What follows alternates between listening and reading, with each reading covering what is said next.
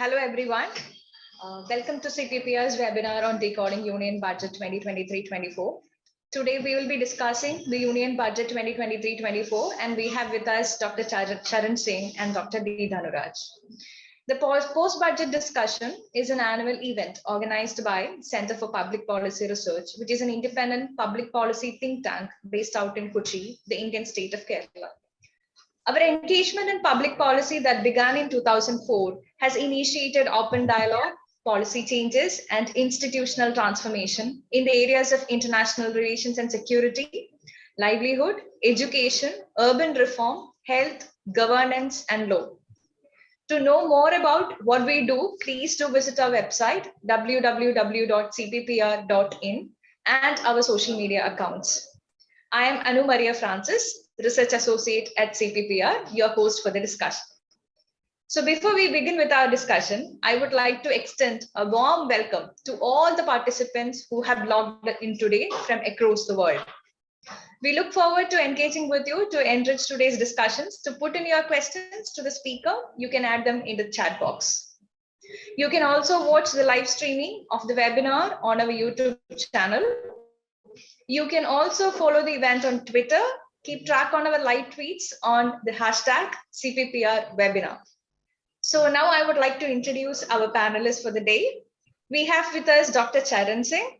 He is a non-executive chairman of Punjab and Sindh Bank and chief executive of the Foundation for Economic Growth and Welfare, EGRO. He was full-time visiting faculty and former RBI chair professor from 2012 to 2016 at the Indian Institute of Management, Bangalore, where he taught comparative monetary policy and policy issues in the Indian economy. Earlier, he was a senior economist at the Independent Evaluation Office of the IMF from August 2009 to November 2012, and he was also the research director at the RBI in the period of 1997 to 2009. We welcome you, sir, to the discussion. Now, I would like to welcome our chairman, Dr. D Dhanuraj. He's a founder chairman of the Center for Public Policy Research and the director of Civitas Consultancy Private Limited, both based in Kochi. He is also the president of Association of Public Policy Education in India. Dr. Dhanuraj is also a well-known analyst with news and media organizations on topics like union budget, urban issues, political economy, general elections, state elections for more than a decade now. He has appeared on CNBC TV 18, Manorama News TV, Media One, India Vision, Asianet News, and has written for The Hindu, Times of India, Life Mint, Money Control, and many more other papers. I'm sure that, welcome you, sir. I'm sure that we'll have an engaging discussion ahead. So to set the context of discussion, Budget 2023 is the last full year budget for the current government ahead of the 2024 Lok Sabha General Assembly elections. The economic survey gave us a very brighter picture of the Indian economy, recovering from a pandemic-induced contraction, Russia-Ukraine conflict, and inflation. Indian economy is staging a broad-based recovery across sectors, positioning to ascend to a pre-pandemic growth path in the financial year 2023. IMF also has retained India's 2023 growth forecast at 6.8%, terming the country as a bright spot and a major engine of growth amid an expected fall in the global growth, which is projected as 2.9% in 2023. There is a steady fall in WPI inflation rates from 8.67% in October 2022 to 4.95% in December 2022. The CP inflation rates is also on a steady decline where it is 5.88% in December 2022. So even when the survey claims, the economic survey claims that the retail inflation is back within the RBI's target range in November 2022, we are yet to reach the inflation targets of RBI. But again, the finance minister in the budget stuck to the fiscal deficit roadmap in the budget with a target of 5.9% in financial year 24 and adhered to the target for the current year as well. So Dr. Charan Singh, being an expert in economic policy, with the growing global recessionary fears and inflationary pressures, is India in a good macroeconomic position to propel a sustained growth in the coming years. What do you think about this, sir? Absolutely. Very good introduction and laying the context. I must say that the budget has been prepared in a very difficult time, both domestic as well as global, and then also at a time when we are entering the election phase. So, as you said, there's the last full year budget, and then the next year budget is, of course, going to be interim, and then after the election results, it's going to be again an 8 month or a 7 month budget. So, it's a very crucial time.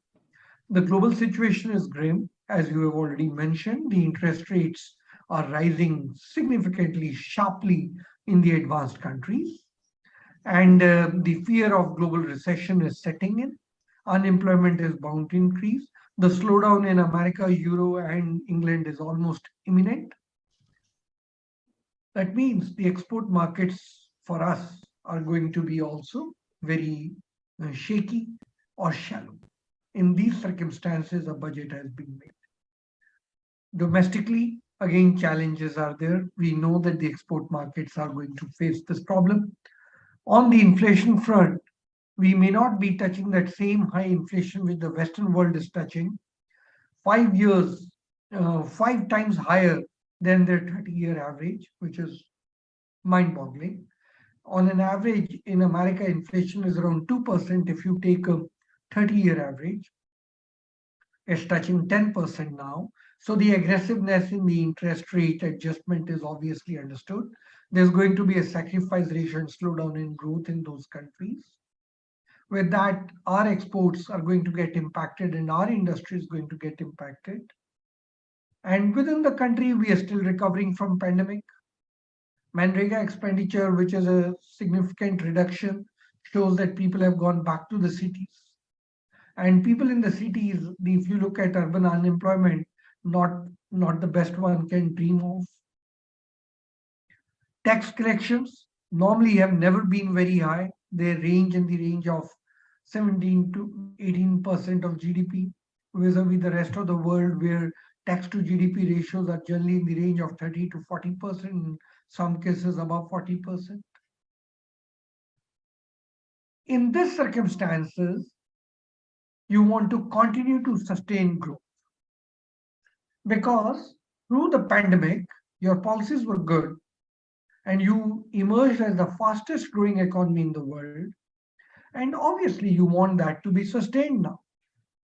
So, in these circumstances, the budget has been made, and the budget has, I think, done a remarkable job.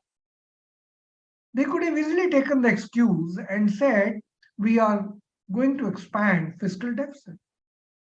In contrast, they've scaled down the fiscal deficit from 6.4 to 5.9%.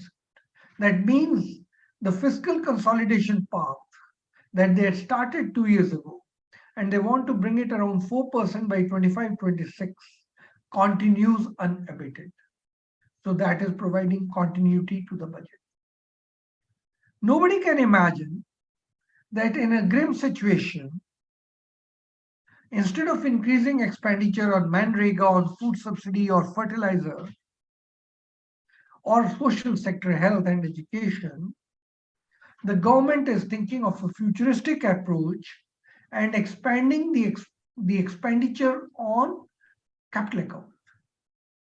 And if you look at the capital account where much of the expenditure is increasing is on railways, and then 50 airports and those sort of centers, and then 100 transport hubs. So they're trying to build infrastructure, lots of expenditure on roads, on rolling stock. Please remember the Vande Mataram train coaches are made in India. So they're spending on infrastructure. They're spending on things that can be produced within the country. They're spending on road infrastructure, railways, airways, and also waterways, employment generating, with multiplier effect on employment and growth. So that means it's an intergenerational multi-year project which will show results. So that is why I say that in these circumstances, it is providing continuity from the past, and it is very futuristic in nature, while the principles of fiscal prudence have been retained. Last thing that I want to say in my opening remarks is, if you look at the correction of the gross fiscal deficit, the major correction is in the revenue deficit, where it gets corrected from 4.1% to 2.9%.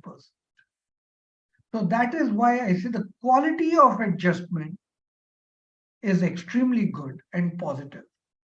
And that, I think, shows the hallmark of the political regime with which and the resolve to take the country forward and not succumb to excuses and fiscal profligacy is something which we need to appreciate. Thank you. Thank you for that initial remark, sir. So, just as a follow-up question, so do you really think that the capex allocation, like they have increased it to 3.3% of the GDP? So, will it ramp up the virtuous cycle of investment and job creation? Will it help to crowd in private investments? Very good question. Very good question. Absolutely. My own feeling is that if you look at where the rupee is coming and where the rupee is going, the rupee is being spent 20% on interest payments. That means your borrowings are very high. And if you look at the borrowing part, about 34% of the total is coming from borrowings. So that means when borrowings are so high, obviously it will get reflected in interest payments, and that's exactly what is happening. So if the investment now on capital expenditure is in areas where lots of crowding in happens and the private sector also participates, then what is going to happen? You will find buoyancy in tax collection because the economy is doing better. And that's exactly what I see. In this budget, they have formulated their data, their targets, their estimates at 10.5%, which I think is conservative. Because if the country has the potential to grow around, and in the economic survey we read it, that around 6.8%, but we can touch 7, and if corrections are done and reforms are undertaken, we can even grow at 8%. Suppose we are growing at 7% and inflation is around 5%, we should be averaging 12% nominal growth. Even if we say we are 7 and inflation is around 4, we are still around 11. But 10.5 is a very conservative estimate. In any case, they've done it at 10.5, and even at 10.5, tax collection is buoyant, and that is why the revenue deficit to GDP ratio is taking the major correction there. That is mainly happening because, according to me, the private sector crowding in is going to take place. Now, where is going to take place? So if they are going for roads, obviously private sector will play a role in it. If they are going for rolling stock, if they are going for widening the broad gauge, they are trying to modernize the railways in case the bullet train has to run, the roadways, railways, waterways, airways. If airports have to be made, the private airlines are operating, all that makes profit to the private sector. If 50 heliports are being conceived and 100 transport projects are being thought, obviously it's going to help again the private sector. The emphasis on developing the tourist spots is again going to help the whole ecosystem in the region. So to my mind, the budget is aiming at those projects where the private sector also becomes a part of the game and then benefits from it. So even in the housing sector, I must mention that Prime Minister's Awas Yojana, the housing sector engages nearly 275 industries. And once the housing sector is booming or doing well, there's 275 industries which enter into a house, they're all doing well. And most of it is in the private sector. So to my mind, the budget does have the crowding in implications, and that is what is reflected in tax buoyancy and tax collection in the budget. Thank you, sir. Thank you for that great analysis. So moving on to Dhanu, sir. So the finance minister gave a budget based on 7 priorities, what she called Saptarishi. So to be very specific, she focuses on inclusive development, reaching the last mile, infrastructure and investment, unleashing the potential, green growth, youth power, and financial sector. So how do you see these priorities set by the government for the year? Are they is it a growth oriented budget? What are your general comments on this? The 7 items or the 7 pillars or the finance minister's Saptarishi ideas, I think these are the buzzwords in the global economy these days, whether it is a matter with youth empowerment or with the green growth.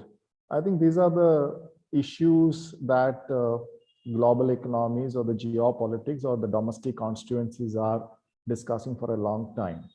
And if you look at what this government has been doing for the last many years, they are at the very forefront of decarbonization globally and also at the domestic in the domestic market as well. And they are also into, you remember the slogan Beti Bachao Andolan slogan that I remember, Prime Minister Modi remarked about it in the previously the last BJP executive meeting.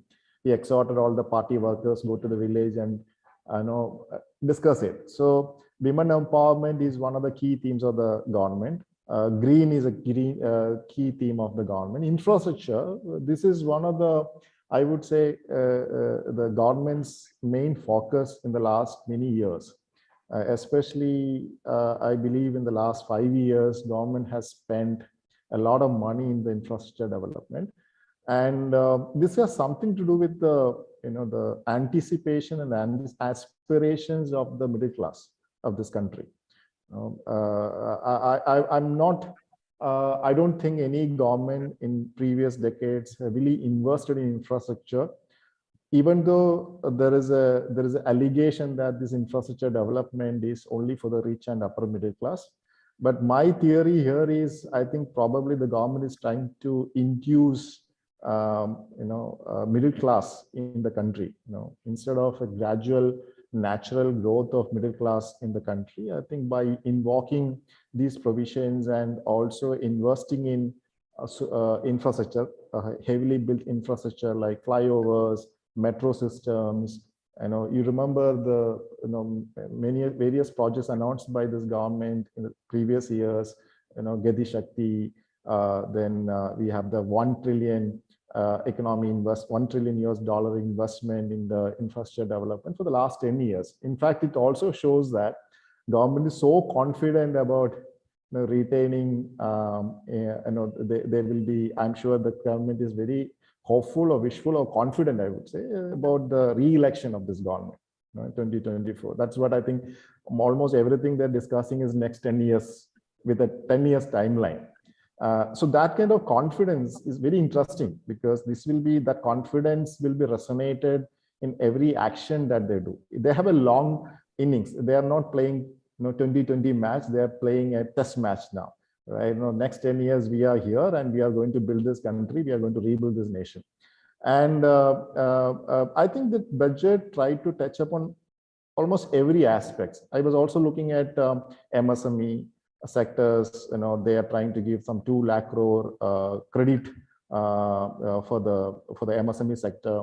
They were also looking at let's say, for example, look at the provisions given for artificial intelligence, 5G labs. This will probably excite a lot of youngsters and startups in this country. Then they were also looking at the tribals. They discussed. Finance minister mentioned about the Eklavya schools and appointment of some 38,000 teachers. Then, of course, we discussed the women empowerment part.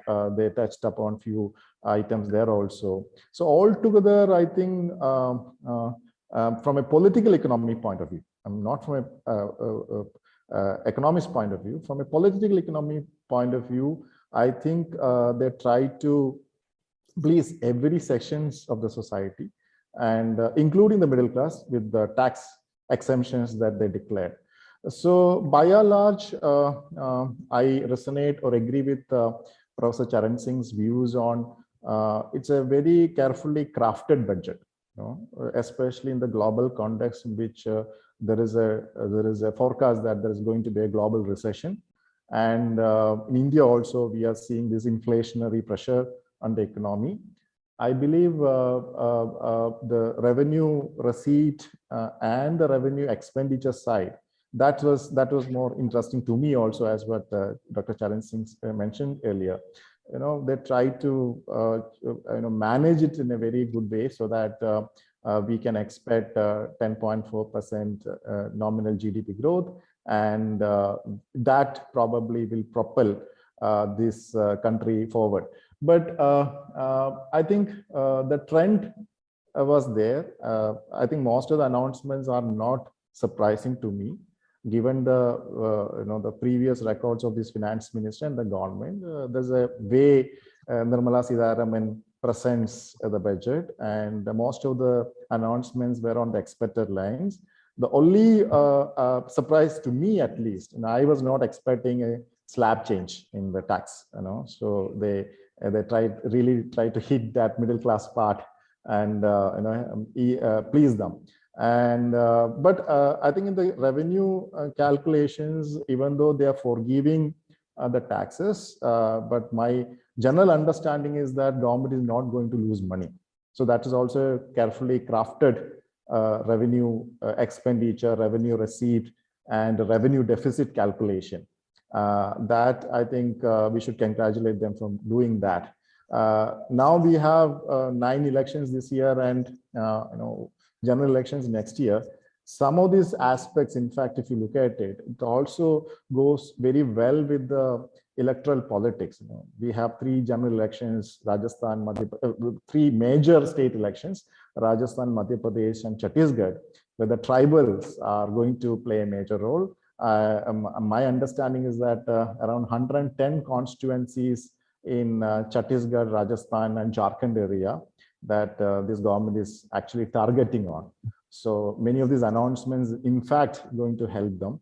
And there's an announcement in about Karnataka's river rejuvenation and dam building, and that I hope will help them. So I don't want to look at this budget from a very political, through a political lens.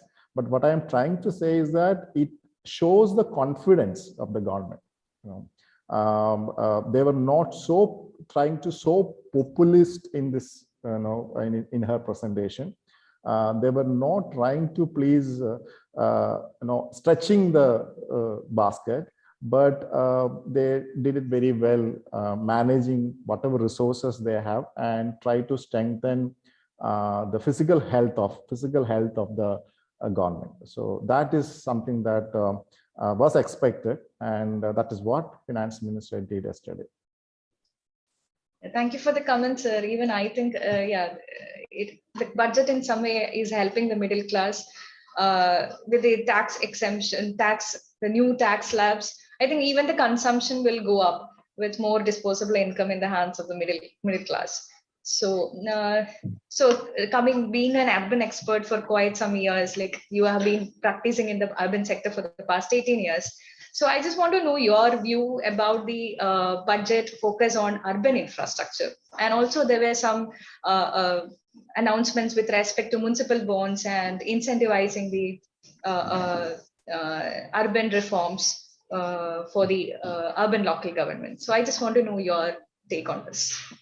See, the urban infrastructure rejuvenation started in 2004 with Jawaharlal Nehru National Urban Renewal Mission.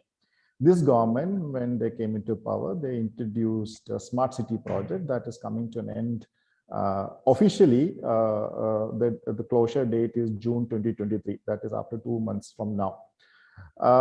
So a lot of money has been transferred or invested or channeled to various urban infrastructure projects, as well as for the rejuvenation of cities in the country. We have more than 100 cities, smart cities. Earlier we had 65 Janiniyaram cities.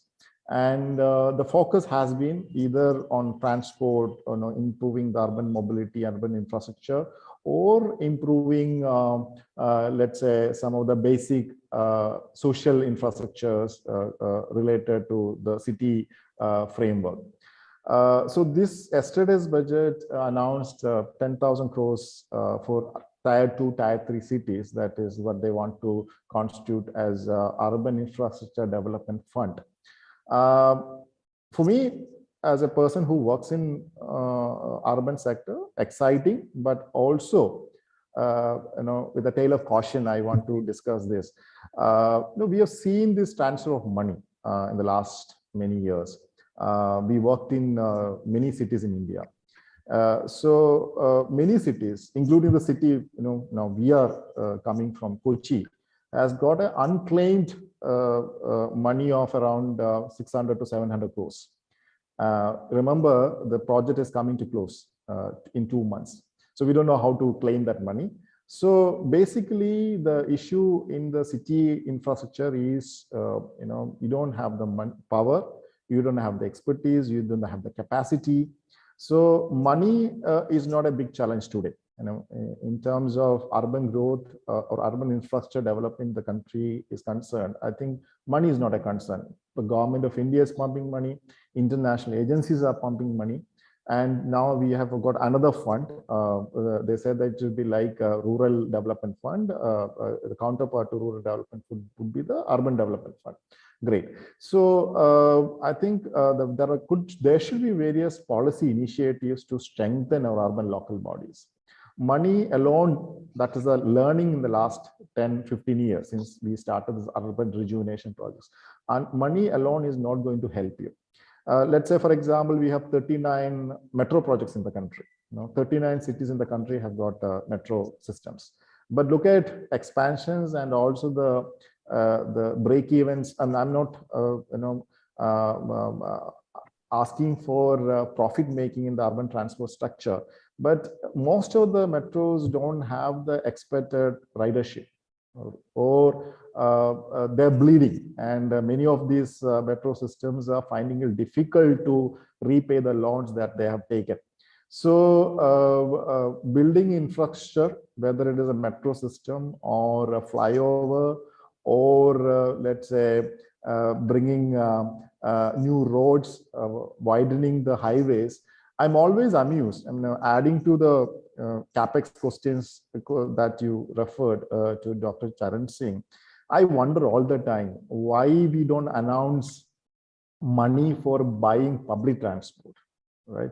You have got around 10.5 lakh crore or 13 lakh crore, including the state allocation for the capex, and out of that, around I think 30 to 35% will go to the infrastructure project that will mostly focus on roads. In railways, thankfully, we are talking about rolling stock and related infrastructure development. But in the highway development, I don't see any mention. This is not the case of yesterday's budget alone. It's the case for many years now. We are so happy to announce all this highway development, and that's, for me, is a hardware. But where is the software? You have to have buses, right? You have to have. You should think about public transport. Otherwise, who is going to utilize it?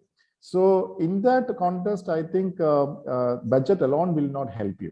Reviving or rejuvenating the urban infrastructures. I think we need a debate and we need policies to help to augment the expertise and institutionalization processes within the urban local bodies, and of course the transfer of power to the local bodies. Thank you, sir. So I'm just curious to know Dr. Charan Singh's comments on this, like regarding the urban infrastructure and the viewpoint of Dhanuraj. Yes. I'm totally in agreement with what he's saying.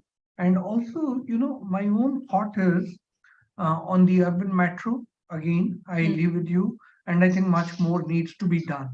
And I also believe that, and this is one thought, Dhanuraj, you may like to correct me. When we all claim that the oil prices are going through the sky, in Western world, people would generally shift into sharing a cab or sharing cars. And in India, that never happened.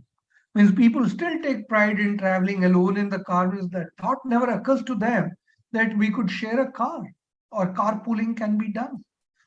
On the other hand, in Western world, public transport plays a very big role, and in metros, the urban infrastructure plays a very important role. But in India, again, I didn't see that. So many times I feel, and I therefore totally agree with you when you spoke about the urban infrastructure. So much more needs to be done, and the quality of ridership has to change. That's not happening.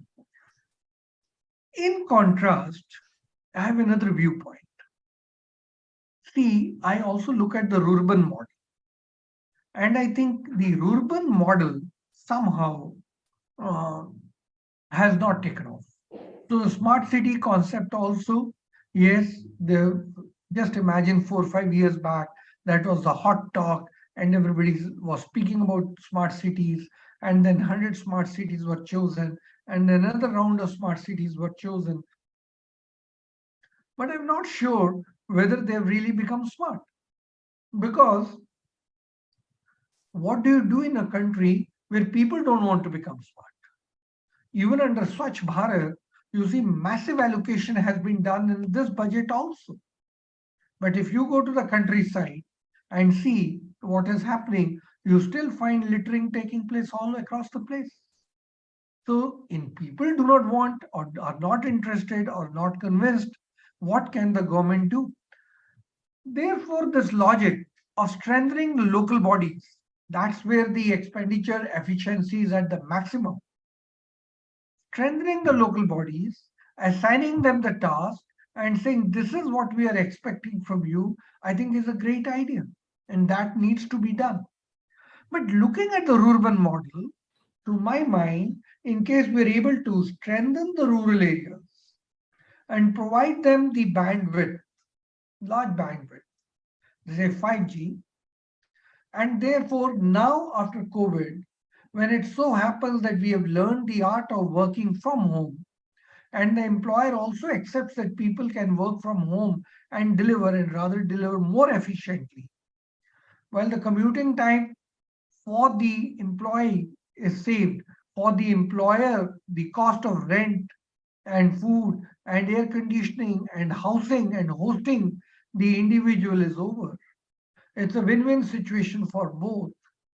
So I think the urban model needs to be experimented once again.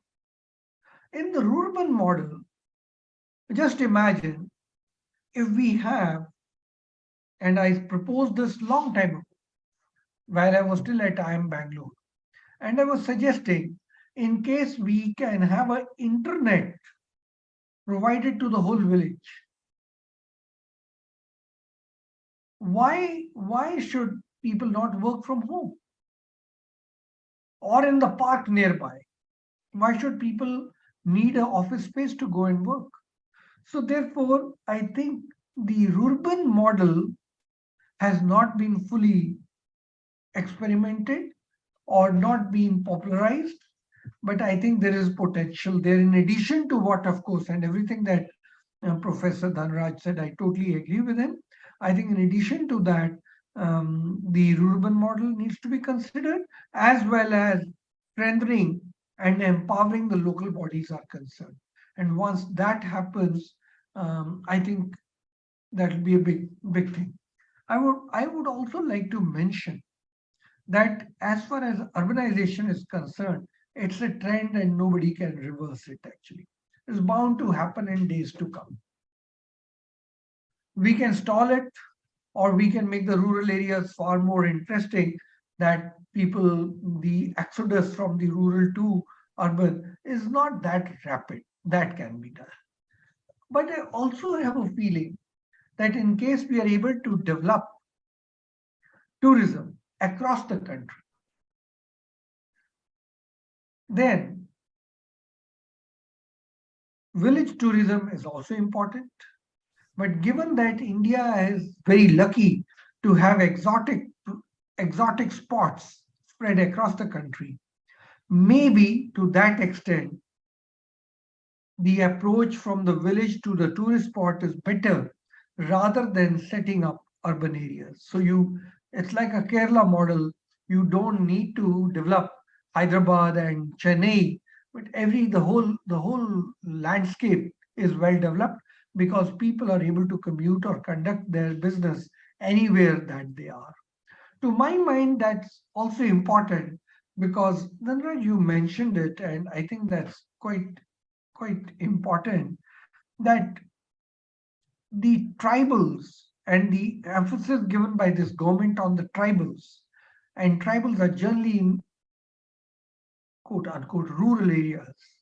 The emphasis on tribals can help develop the tribal areas, and therefore the spread of rural or qualities of a rural or qualities of a smart city can happen. Thinking in terms of the mall, which is the Unity Mall, where people can bring in their things and local artisans can bring in their things, the value to the local artisan is being given. And therefore, to my mind, if local artisan is doing a good work, and that reminds me of the village and Khadi projects and the Gandhi's dream, where village is empowered, that will also reduce the thrust on urbanization. So in this budget, what I thought that there is a very balanced budget while they want to develop the urban areas and they have these tourist spots, they have the artisans, they have the tribals in mind. They are also thinking in terms of modernizing agriculture, bringing in millets in a big way. So the development is going to be widespread, geographically very spatial. And if it is true that the government is thinking that we are here for 10 years, I don't see a massive exodus, or I don't see any acceleration in the trend of urbanization. Thank you for the comment, sir.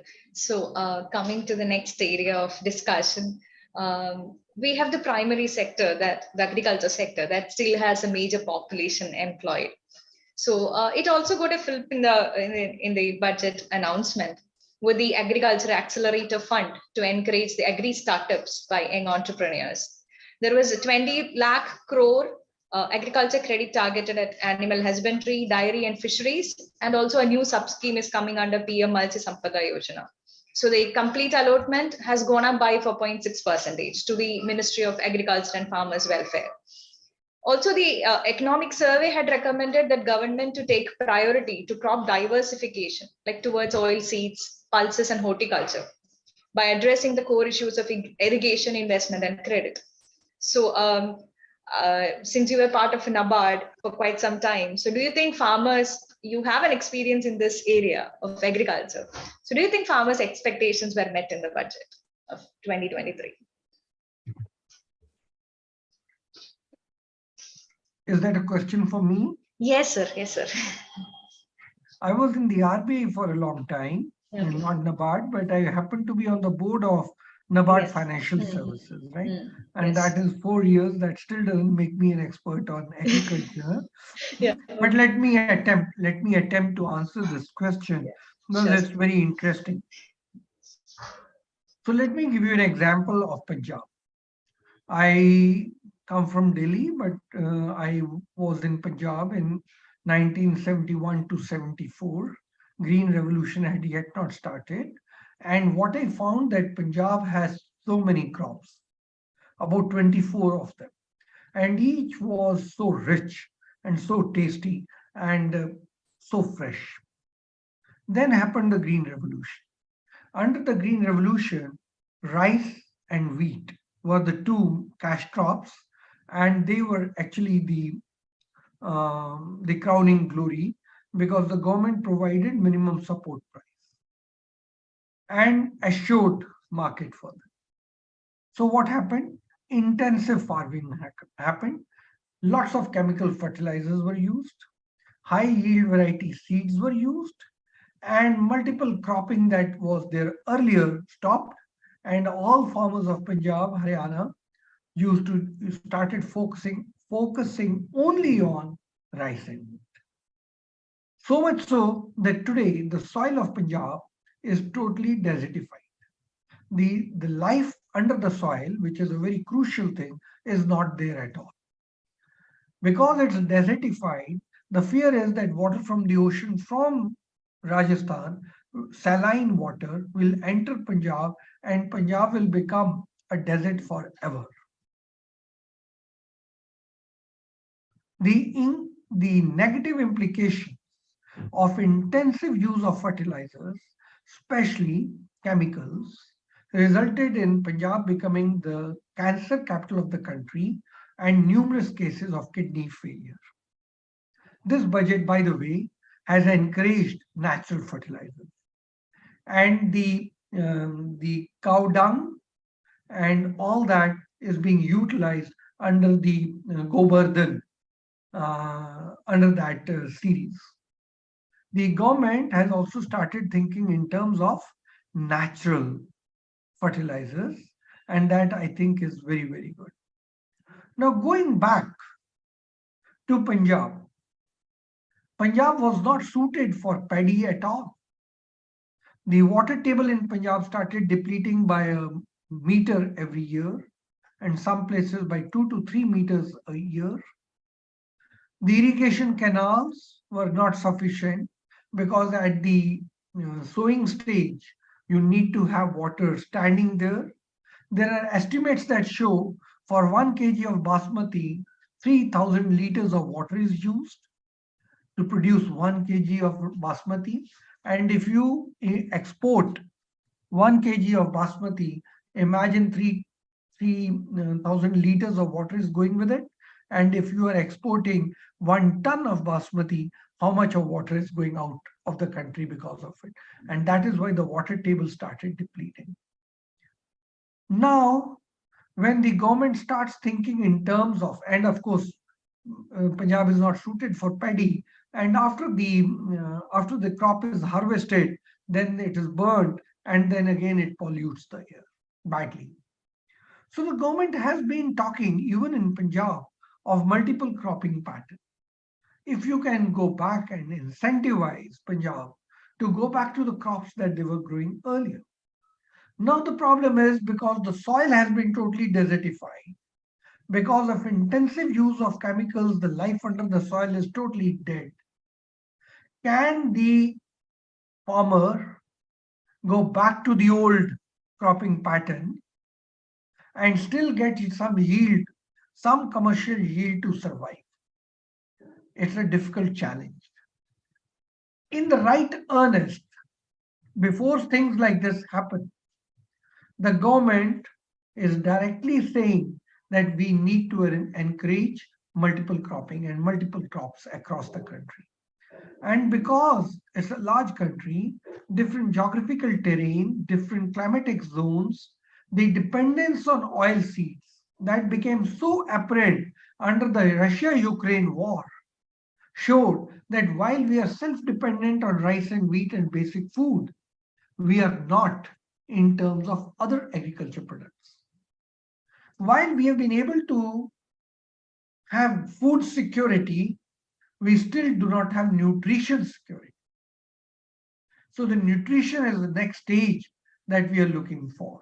So that is why the agriculture accelerator, that is why the clean plant program, and that is why the emphasis on millets, all this is being given. That is my understanding, and I think it's a very good strategy that the government is adopting.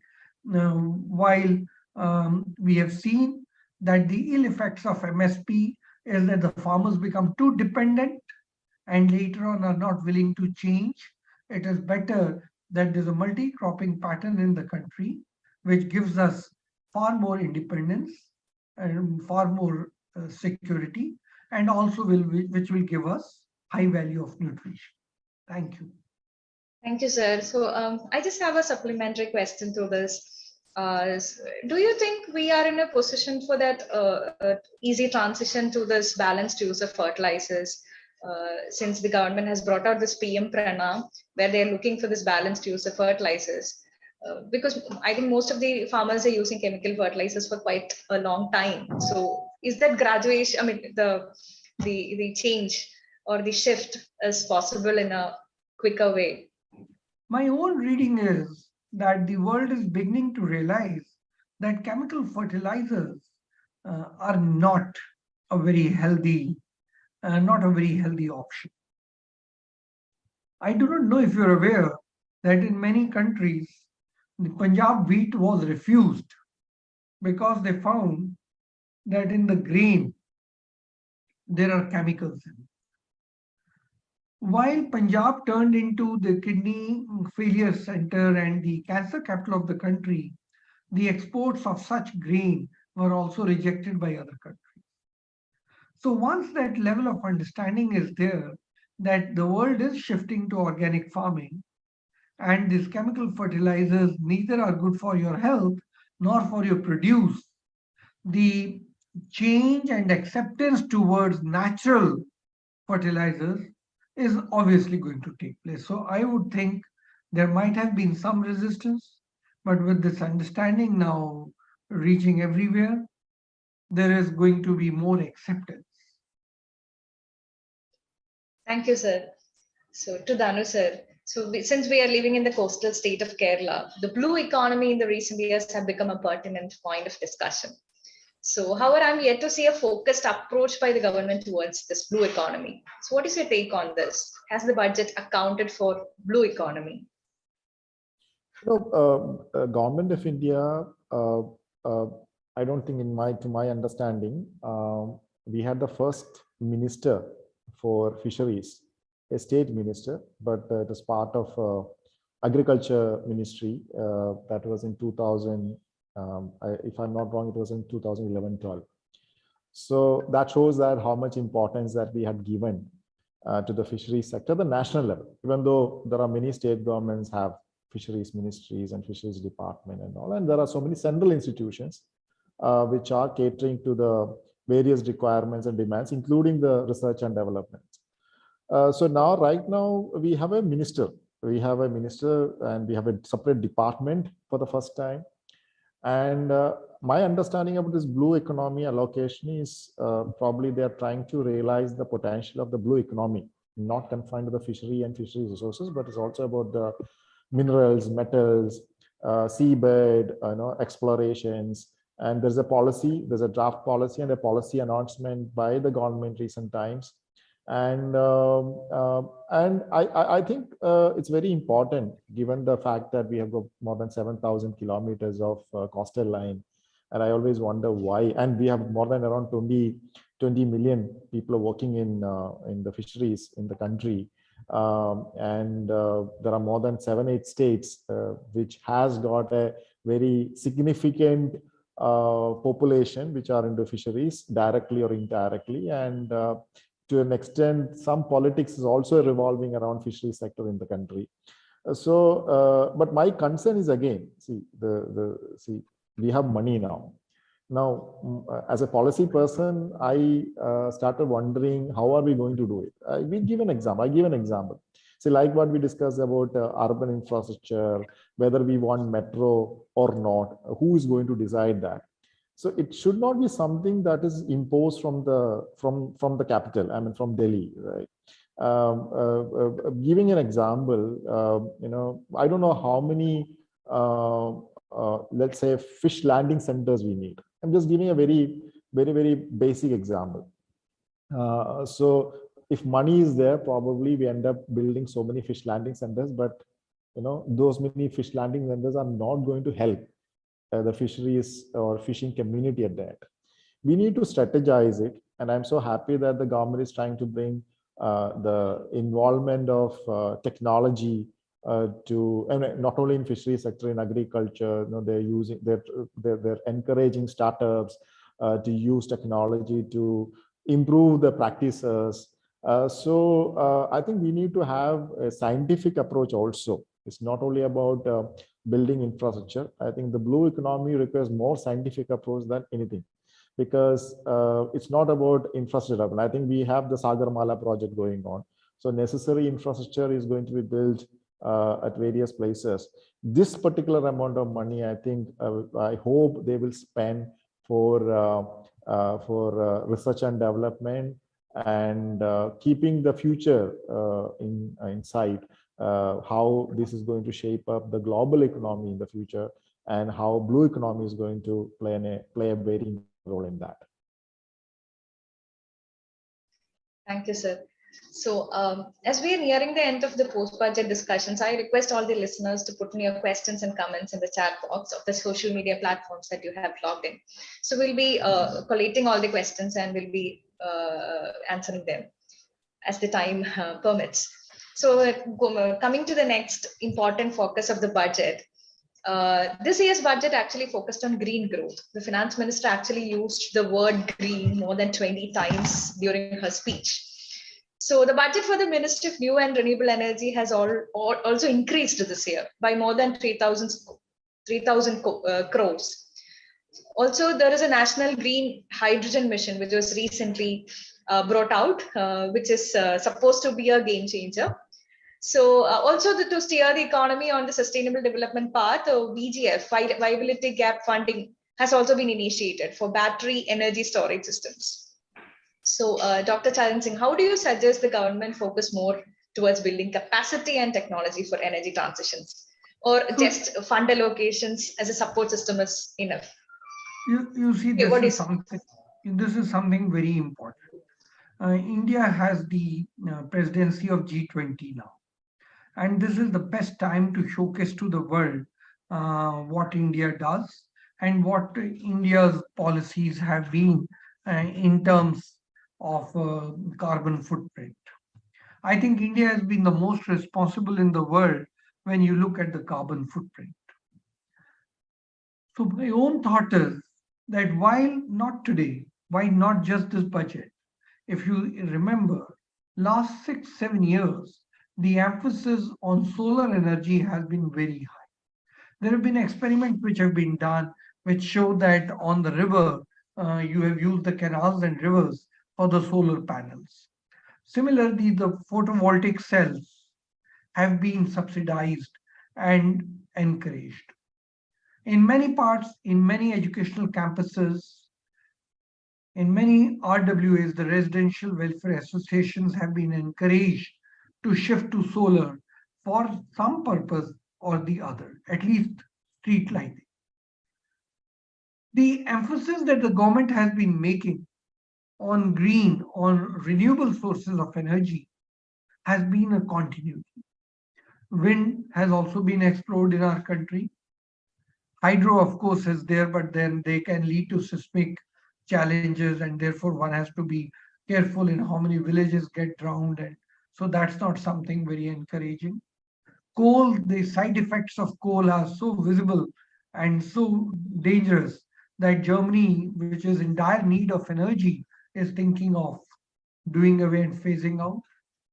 The fossil fuels, on one extent, could be polluting, but the amount of politicking that takes place behind fossil fuels is also not very good. So in the renewable sources of energy, I think India has been making a great effort. Even in the banking sector, the green credit, though it has been now recorded in the budget, but the government for the last few years has been talking about, and the Reserve Bank has been discussing and talking about, can we consider while giving credit to those sectors, encouraging those sectors which are taking care of the climate. Herein, I also want to bring in one story. The non-performing assets that can happen because of the climate or ignoring the climate can be very detrimental to the financial sector. You mentioned in the beginning, I chair a public sector bank.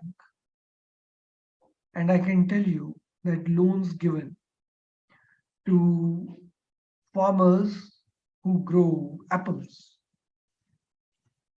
the feedback is that in Jammu and Kashmir, if earlier at this height, the apple got the juice and nectar and the color, it has stopped happening now.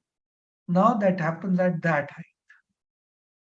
But you have given loan to this farmer, crop loan or whatever, thinking that he'll be able to sell his crop at X amount. But because the crop is not ripening to the extent it was earlier, he is only able to fetch X minus something. You have given him loan, keeping in mind the X sale price commercially, but he is only able to sell it at X minus something. Who's going to suffer? So the point I'm making is that in the budget, the finance minister started thinking in terms of documenting and saying that we are thinking in terms of green credit. I think that's a great initiative. Also, it's meaningful because under this presidency of G20, we'll be able to talk about these issues.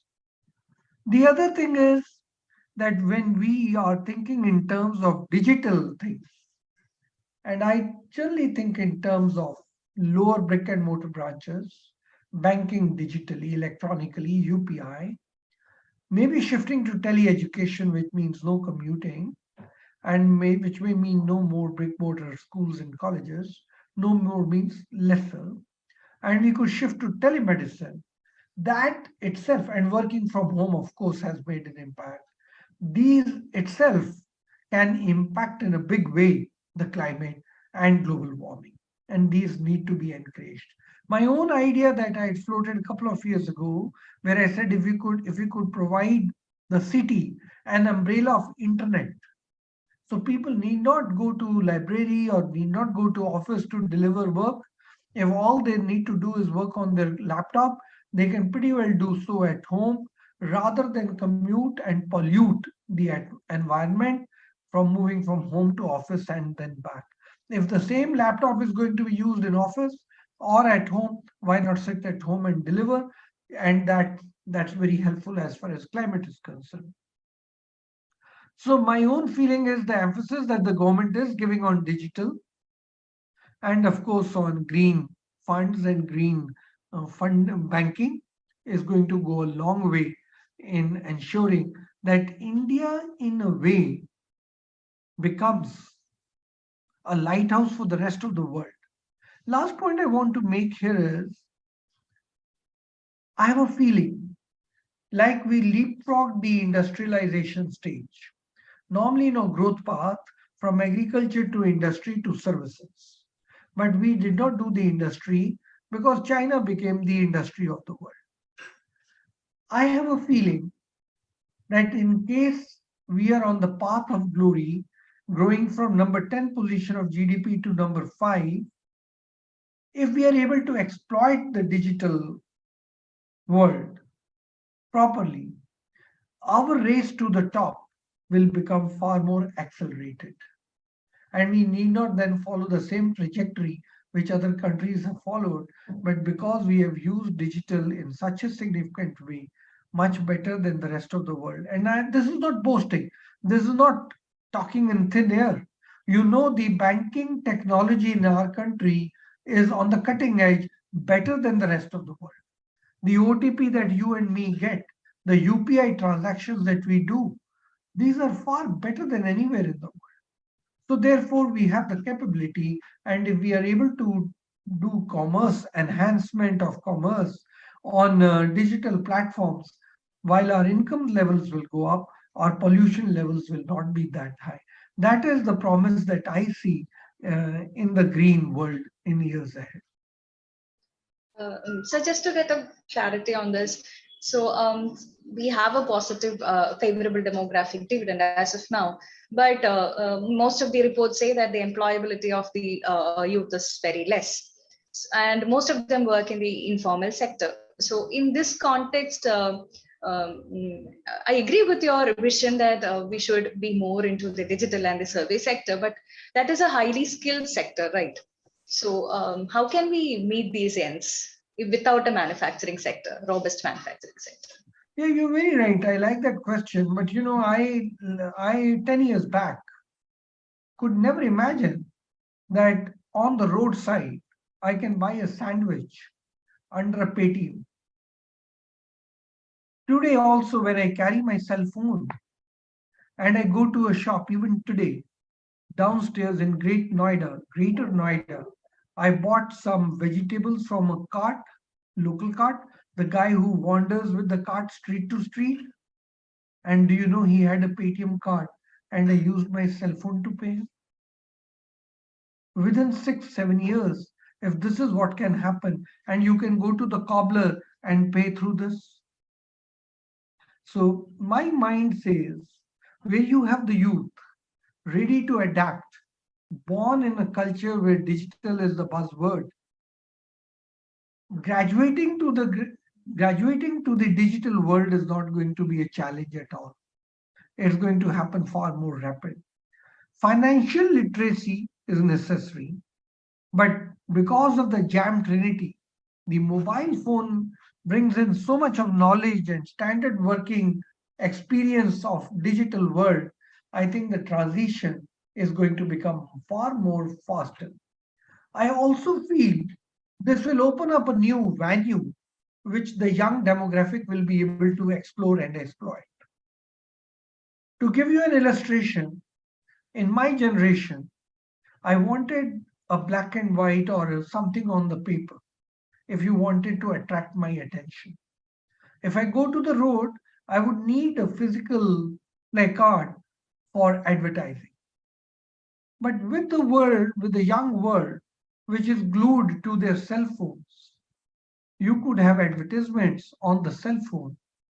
And therefore, the young minds who are attuned to digitally working could there could be a new startups which only cater to the youth through the applications on the cell phone. So to me, it opens up a new avenue, a new universe of activities. And therefore, the young demographic country that we are, instead of depending on printed audio material, they could have the same audio video material on the cell phone. So I think it's easy and it can be done, it can be adapted. The last point I want to make in this context is I did a survey at IIM Bangalore. We were looking at financial inclusion.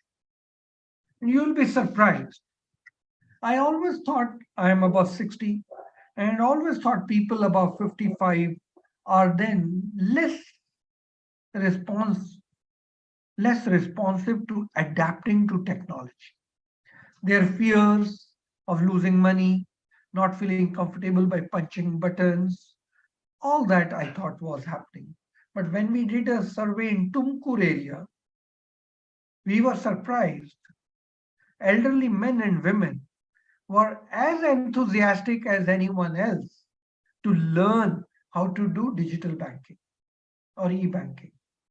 So therefore, that urge, apart from convenience, the urge of a novelty or something new is always there.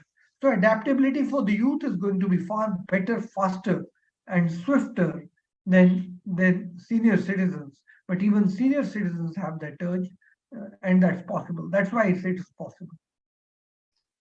Sure, sir. Dhanu sir, I would like to know your comments on this area, like whether we should follow the traditional path from agriculture to manufacturing and then the service sector, or should we focus more on the service sector? I think, that old school is, for me, it's a little outdated in the global context we are living in now, today. When the old schools were built, theorized decades back, I think there was no concept of globe as a village, except for the expeditions that many of these navigators made during those times. Today, I can call anyone anywhere in the world sitting here, right? So that, like what Dr. Charan Singh mentioned, we are living in a completely different world, different era. And you mentioned about the demographic dividend. We have more than 50% of our population. They're in the age bracket up to 45, right? So they are quite adaptable, or they are ready to accept. They are also very aspiring. So UPI model is a great model. it actually showed that we could do it. So I actually wonder the other day when Election Commission talks about remote, what you call the remote ballot boxes, meaning the machines. I was actually wondering, why are they discussing it? Why don't we have cell phone access? You can vote using online, platforms. This is possible because billions of transactions are happening in this country, and if you can transfer your money with in a secured mode, I think vote could also be a very secured one, right? So I believe service sector and the related industries are going to grow. But given the population that we have, I think the manufacturing sector is also very important because India being the one of the, I think we are going to be the most populous country in the world. So cater to the requirements with respect to the employment generation. I don't think service sector alone would be able to do that. Like what we discussed about urban, I believe there could be a mix of manufacturing and a service sector emerging. Some of the positive offshoots of service sector will go back to manufacturing sector, right? And that will be the nature, that will be the way the economy will grow from now on. So I think we can take some questions from the audience now. There are quite a number of questions from the audience. So this is a question from Anuana. So while healthcare spending occupied about 2.2% of the budget last year, it reduced to 1.97% this year. R&D got some attention this year. The expectation was for the budget to increase health expenditure to at least 2 to 2.5% with a dedicated focus towards primary and secondary healthcare. Don't you think that the health sector needs special focus to address the ever-rising disease burden, make treatments and therapies cost-effective?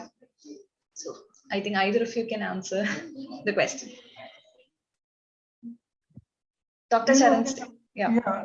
I think differently about health. Firstly, there's a center and state, both participate in health, and only looking at center will give you only a partial picture. But after the Ayush ministry, I always think that we in India are so much, unfortunately, addicted by the modern allopathic system. I don't say it doesn't have merits. We all know it has merits. But all I say is, why were the Indian, Unani, Ayurvedic, homeopathy systems neglected?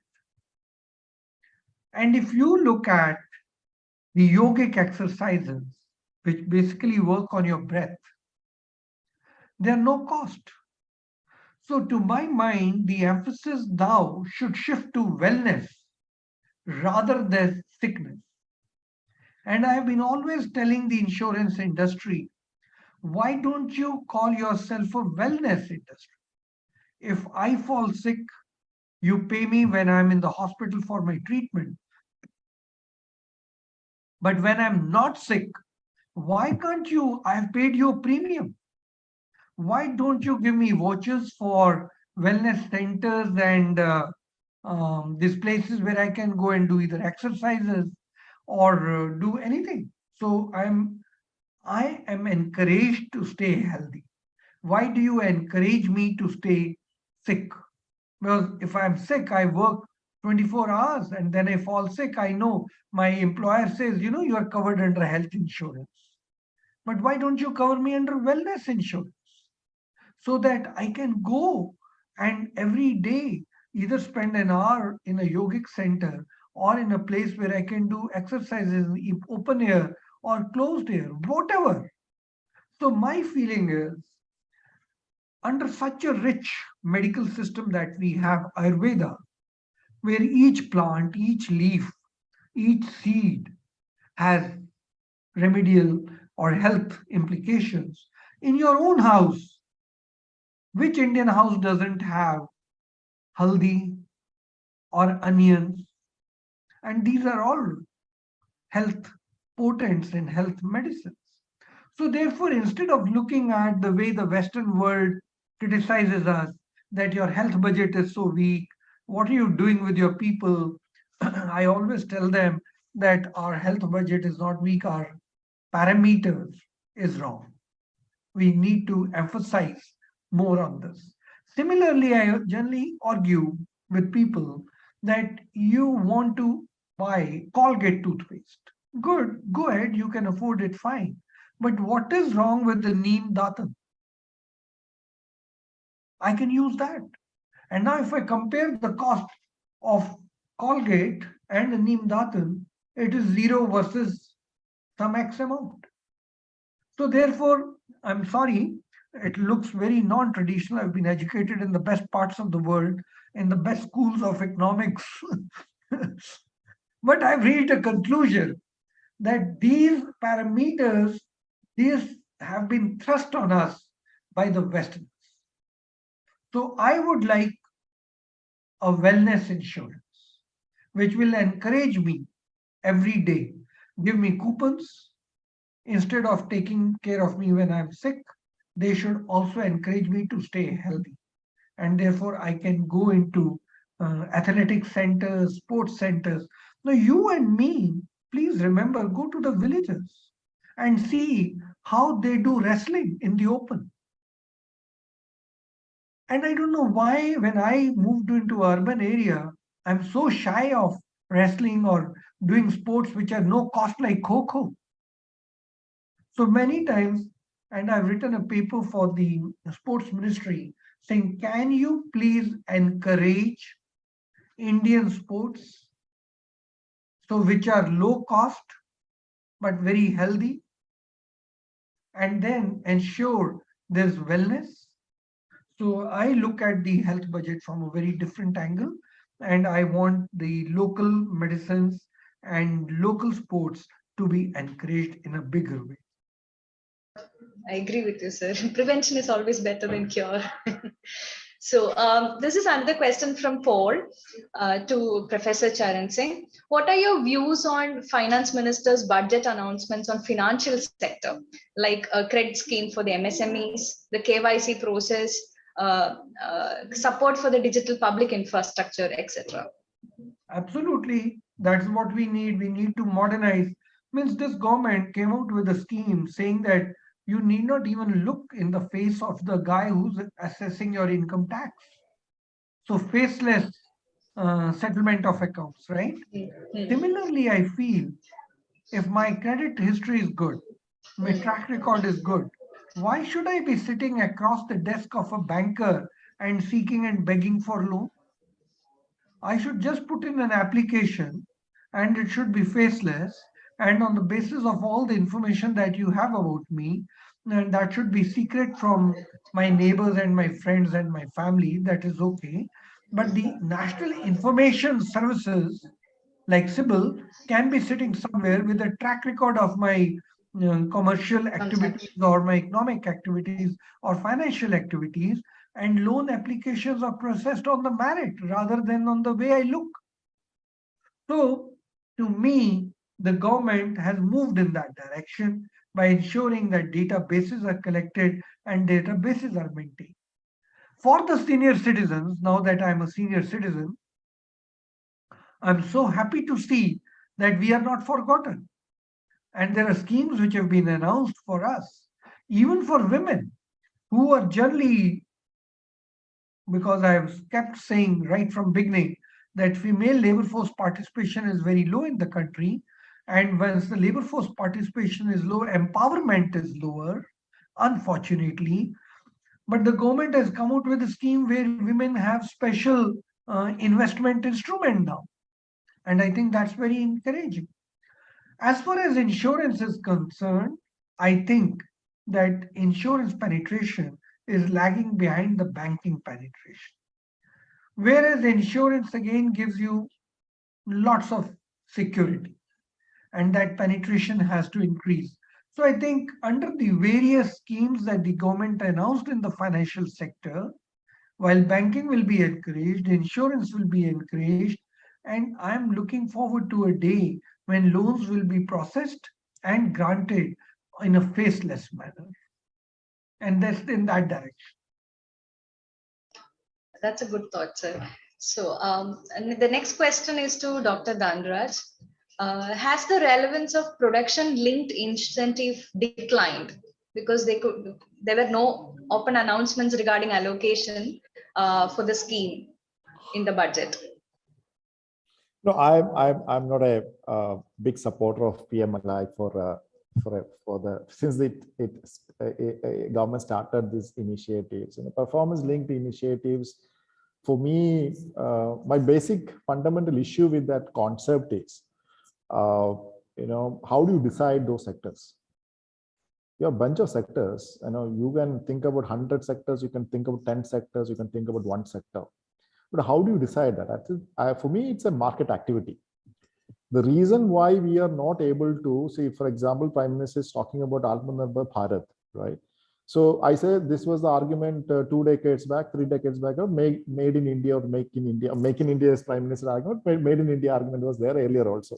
So I always believe that this is the old wine in the new bottle with a different flavor. And now, if you look at some of the numbers, for example, one of the sectors they discussing is mobile sector, mobile phone manufacturing. And whenever I looked at those numbers, it doesn't give me that much of confidence in terms of how many mobile phones we could export and how many mobile phones we manufacture and use in the domestic market, right? And mobile story is always a different story for various other reasons also. If that is the case with the mobile sector, then I'm wondering what is happening with other sectors. Now we talk a lot about Apple coming, and Commerce Minister other day was claiming that 25% of the manufacturing is going to be shifted to India, right? But mobile story, even then, is it because of performance linked PLI scheme or not is a question. That is one. So this time government has not discussed it in detail, like what we thought about. There will be a discussion about taxation on cryptocurrency. That was not discussed, interestingly, but they discussed about the gaming industry. That again, I have some serious reservations about the way that taxation has come into now 30% flat structure. So going back to the PLI structure, I believe it should be left to the market instead of market linked performance. I believe easiness of doing business is something that we need to do, like what Dr. Charan Singh mentioned. Somebody looking for a credit, somebody looking for labor, somebody looking for skilled labor. They should have those ecosystem that is conducive enough for them to operate in India, more than any incentive scheme. If you go to see, these are all incentives, exemptions that we have been giving for many decades. And one fails, another comes. So I do believe that PLI scheme success can be evaluated only after 10 years. And I worry that somebody that time would do a study and say that PLI scheme was also a failure. Okay, so Dr. Charan Singh, do you have any comments on this regarding the production-linked incentives? Yeah, I think there have been lacunas there and much has been discussed about it. But in the budget, they've made huge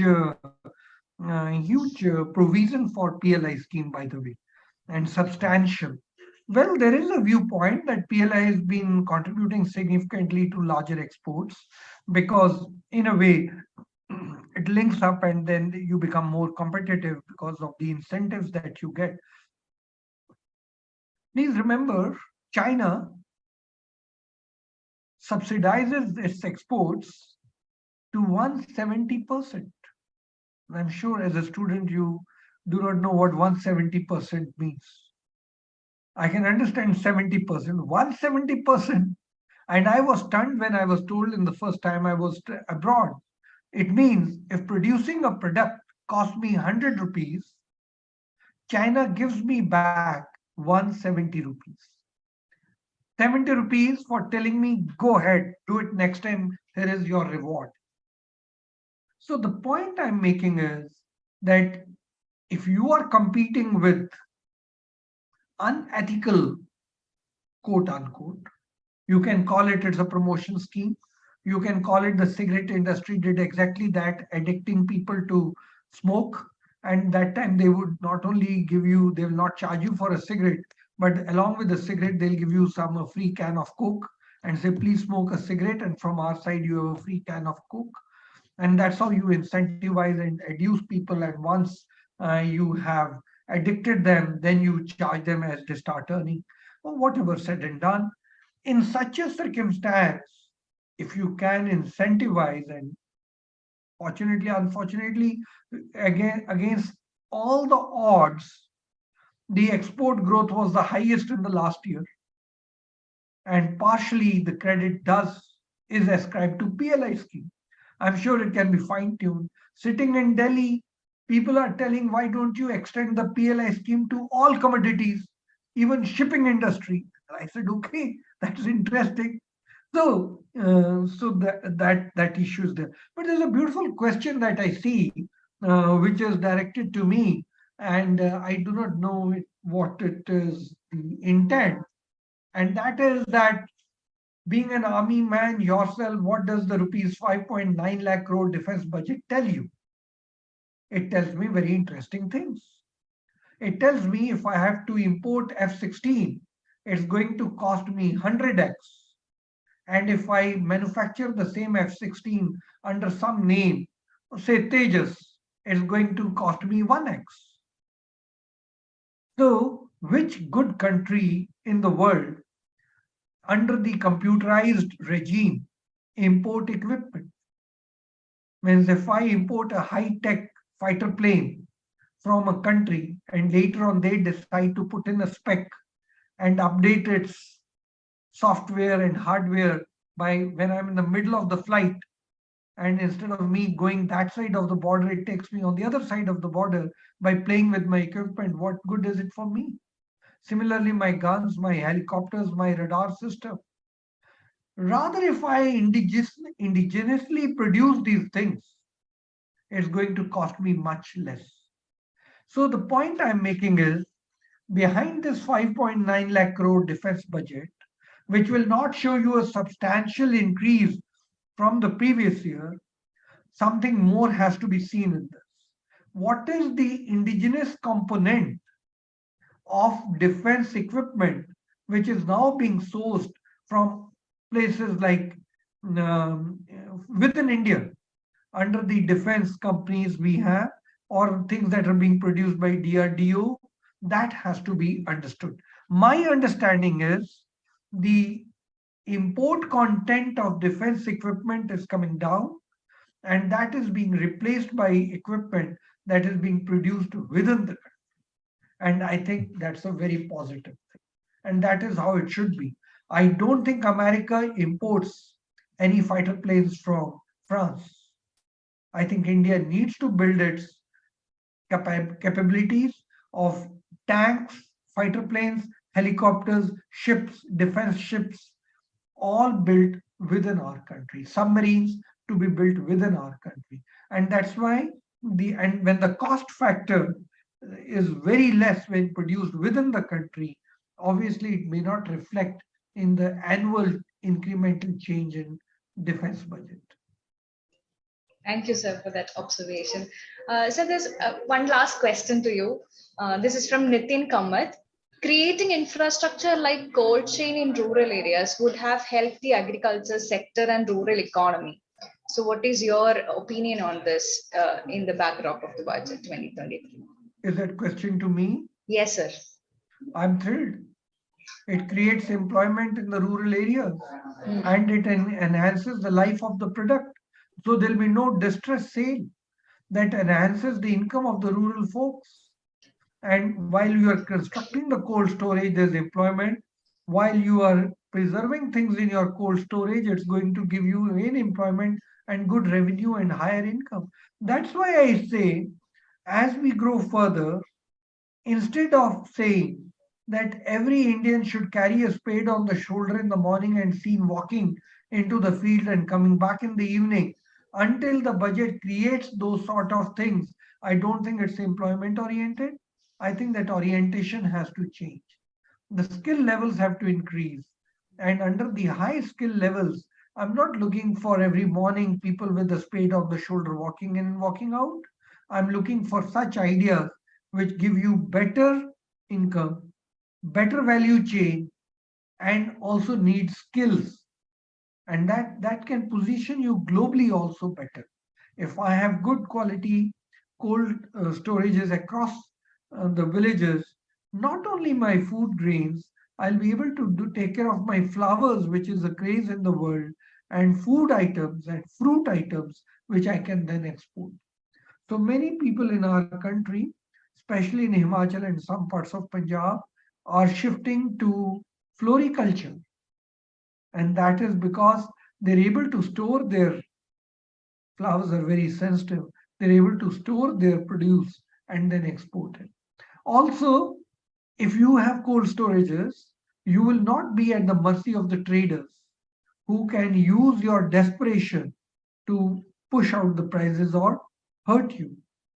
It gives you time, at least till the market stabilizes, to sell your product. So I'm very happy in case that happens and needs to happen. Thank you, sir. Since it's almost 6 o'clock and I know I have to complete the webinar on time since you have another engagement. So I think we'll wind up the session. There are a few more questions. If Dhanu sir can stay back for a little while, maybe I can put forward that questions to you.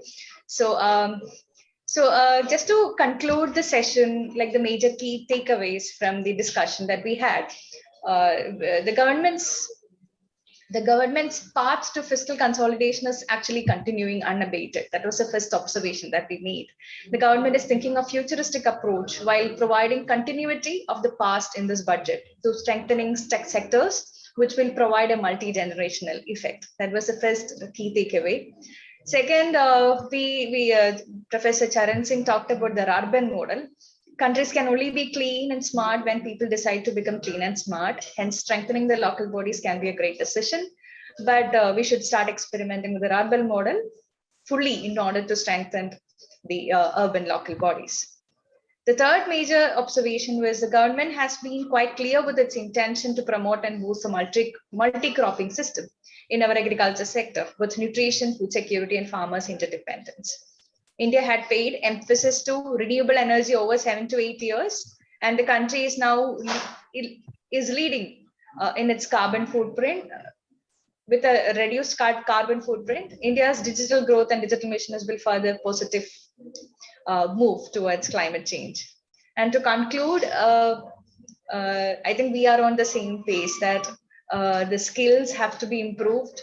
The favorable demographic dividend to be fully used, we have to improve the skills so that more employment that is being created out of the infrastructural spending can be better utilized. So thank you, Dr. Charan Singh, for spending your time with us, for your valuable contributions, insightful comments on different sectors of the budget. Thank you so much, sir, for being with us. Thank you very much.